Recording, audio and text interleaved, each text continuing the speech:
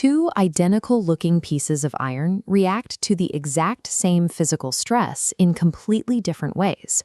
One might bend under the weight, while the other will suddenly shatter into jagged pieces. To understand why, we have to look past the surface. In material science, a material's macroscopic properties, its strength, its flexibility, its brittleness, are dictated entirely by its hidden internal architecture. This image shows the distinct microstructures of two types of iron. The left, gray cast iron, has jagged graphite flakes that act like microscopic cracks, making it brittle.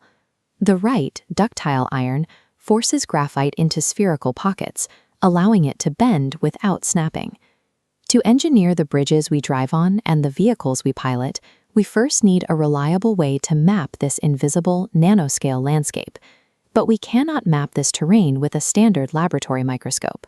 Traditional optics rely on visible light, and the physical wavelength of a light photon is simply too wide to resolve details down at the nanometer scale. The light waves wash right over the smallest physical structures. To see smaller things, we need a smaller probe. We have to abandon light photons entirely and rely on the electron. This is the Scanning Electron Microscope, or SEM. While early prototypes in the mid-20th century were massive, room-filling machines that could resolve details down to about 50 nanometers, decades of engineering have pushed today's instruments to a resolution of less than a single nanometer. Stepping beyond the limits of light requires us to strip away the everyday environment. Because electrons constantly collide with gas molecules in open air, the entire analytical process must happen inside a perfect vacuum.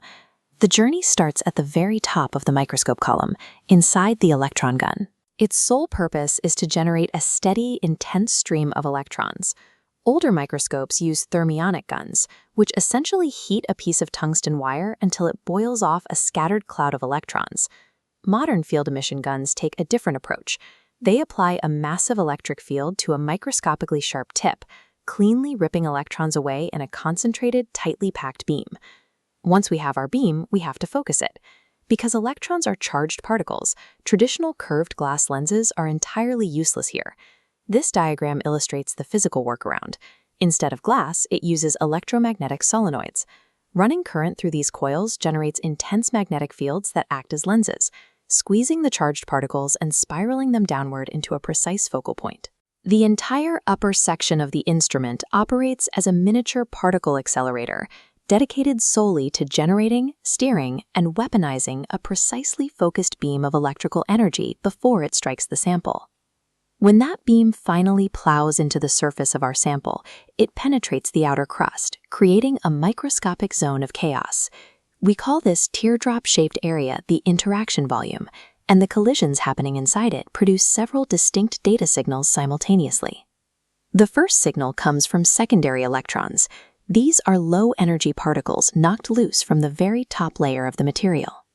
Detecting these shallow electrons in this iron fracture scan gives us incredibly detailed three-dimensional data about the material's physical topography. Backscattered electrons provide a different data set. These are the high-energy electrons from the original beam that ricochet off heavier atomic nuclei much deeper inside the sample. The resulting image looks flatter, but the stark contrast and brightness reveal the material's density, showing us where heavier and lighter elements are clustered. The collision also forces the sample to emit X-rays. Because every element releases a slightly different wavelength of energy when struck, these X-rays act as a precise chemical fingerprint. This chart maps those emissions, using sharp peaks to definitively identify exactly what elements are sitting under the beam, like aluminum, titanium, or ruthenium. From a single microscopic collision, the material broadcasts three distinct layers of reality back to us: its surface shape, its internal density, and its exact chemical makeup. Despite the stunning clarity of the output, the SEM is not a camera. It does not capture a single photograph all at once. As the beam rasters across the sample, moving pixel by pixel, specialized detectors step in. This diagram shows a scintillation detector acting like an electronic catcher's mix. A positively charged mesh attracts the escaping low-energy electrons, pulling them away from the sample to count exactly how many arrive from each specific microlocation. The computer hardware then maps those numerical counts to a grid. If a high number of electrons bounce back from a specific point on the sample, the computer assigns a bright pixel to that spot on the monitor. If very few electrons return, it assigns a dark pixel. The landscapes we see on screen are digital translations of raw electrical interactions, meticulously painted pixel by pixel so the human brain can process them as images.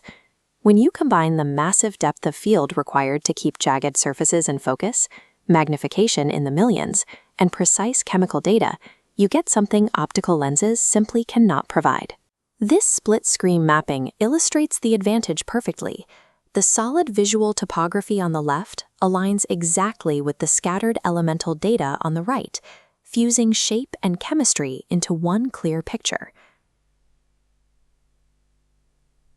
If the physical behavior of our world is determined by its microscopic structure, then this machine is our primary tool for decoding it.